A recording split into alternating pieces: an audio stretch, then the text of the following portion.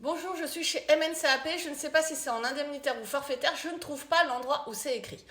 Alors, l'endroit où c'est écrit, que ce soit MNCAP ou n'importe quel contrat, surtout ceux qui sont chez la CNP aussi, faites très attention. Il y a d'autres contrats avec certaines compagnies où effectivement le contrat va proposer les deux, soit forfaitaire, soit indemnitaire.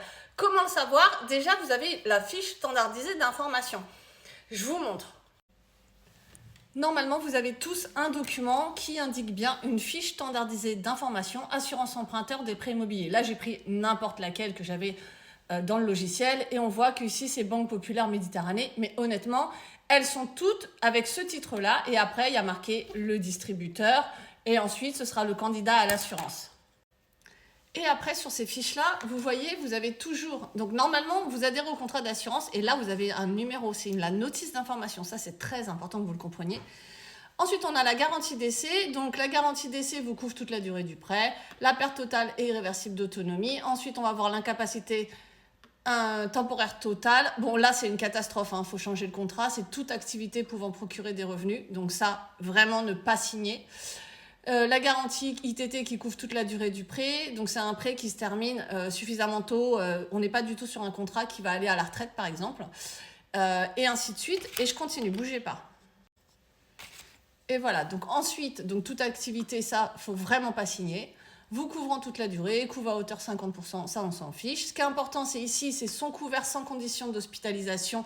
Donc, pour les affections dorsales. Les affections psychiatriques sont couvertes sans condition d'hospitalisation. Attention à ceux d'entre vous qui signez avec condition. Et la prestation est forfaitaire. Et en dessous, vous voyez bien que c'est marqué indemnitaire. Voilà, je vous remonte un petit peu plus haut, mais la prestation est forfaitaire. Le montant qui vous sera versé correspond à 50% de l'échéance du remboursement du prêt, quelle que soit votre perte de revenus. Ah oui, du coup, là, on est sur un contrat bancaire qui, même si vous êtes à 100%, ne remboursera que 50%. Bon, c'est pas le meilleur des contrats, du coup. Malgré le fait que ce soit en forfaitaire, il faudrait le changer aussi de toute façon. Les prestations, elles sont plafonnées à 166 € par jour sur un seul prêt garanti. Donc, attention à ceux d'entre vous qui ont plusieurs prêts immobiliers, toujours dans la même compagnie, parce que là, le plafond peut vite être atteint. Ça, c'est pareil, il faut le changer à partir du moment où vous avez la garantie d'invalidité permanente totale, donc IPT, toute activité pouvant lui procurer des revenus. Vraiment, croyez-moi, il faut changer ça. Et souvent, vous avez la garantie d'invalidité permanente partielle, donc celle-ci, elle va être cochée dans beaucoup de vos contrats. Par contre, une fois que vous avez à la fin de la fiche le conseil, donc là, je ne peux pas vous le montrer parce qu'il y a le nom, le prénom, etc. Je n'ai pas eu le temps d'anonymiser le dossier. Souvent, cette garantie, elle est décochée dans le conseil qu'on vous dit de faire parce que cette garantie-là n'est pas obligatoire pour obtenir votre prêt. Donc ça, c'était les premiers documents sur lesquels vous pouvez voir si c'est forfaitaire ou indemnitaire. Donc faites toujours très attention à ce qui est coché, d'accord ? Ensuite, vous l'avez dans votre certificat d'assurance. Donc un certificat d'assurance, c'est une fois que vous avez passé l'adhésion du contrat, le questionnaire de santé pour ceux qui en ont. Ensuite, vous recevez un document. Ce document, il donne les garanties que vous avez réellement souscrites, réellement obtenues, entre ce que le banquier ou l'assureur a coché, donc il peut très bien avoir enlevé l'invalidité partielle, mais ensuite, si vous avez du médical, des choses un peu spécifiques, l'assureur a le droit de vous refuser des garanties. Donc le certificat d'assurance, aujourd'hui, vous êtes malheureusement trop nombreux à ne pas l'obtenir, vous allez le demander à votre assureur actuel, vous allez le récupérer et ça vous permettra de savoir si effectivement vous avez bien toutes les garanties qui avaient été demandées à la base, si vous avez des exclusions quelconques ou autres. C'est très important. Donc ça, c'est sur le premier document, on peut voir si c'est indemnitaire ou forfaitaire. Le deuxième, c'est le certificat d'assurance. On verra si c'est marqué option, rachat des MNO, maladies non objectivables, ou justement DOEPSI, rachat sans condition d'hospitalisation. D'accord ? Et ensuite, dans les conditions générales. Alors, dans les conditions générales, vous avez aussi souvent cette fiche-là, ce qui est la fiche IPID avec, vous savez, le petit parapluie, etc. Et là, vous pourrez voir, je ne sais pas si vous allez bien voir effectivement, mais ici, dans les principales restrictions, attendez, si je fais ça, hop, et est-ce que si je monte un petit peu, hop, voilà, la prestation est limitée à la perte de revenus pour les salariés, les fonctionnaires et les assimilés en recherche d'emploi à la date du sinistre. Donc tous ceux d'entre vous qui sont déjà salariés, fonctionnaires de par leur statut ou assimilés, vous êtes en fonction de la perte de revenus. Donc faites toujours très attention parce que ça, forcément, vous ne pouvez pas cocher l'option. Il n'y a pas d'option forfaitaire à cocher, malgré le fait effectivement que votre fiche standardisée indiquait l'inverse.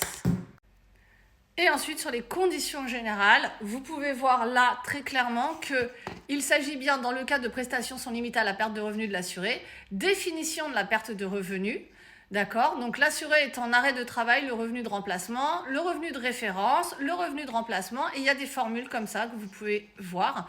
Et là, effectivement, ça pose problème parce qu'à partir du moment où vous voyez qu'il y a ce type de formulation-là, hop, ou sur le revenu de référence, un revenu de remplacement, limité à la perte de revenus, dans ces cas-là, vous êtes en indemnitaire si vous êtes salarié fonctionnaire dans ce type de contrat. Mais pour les autres, si vous n'avez pas l'option justement forfaitaire qui ressort sur votre certificat d'assurance, là, vous serez en indemnitaire.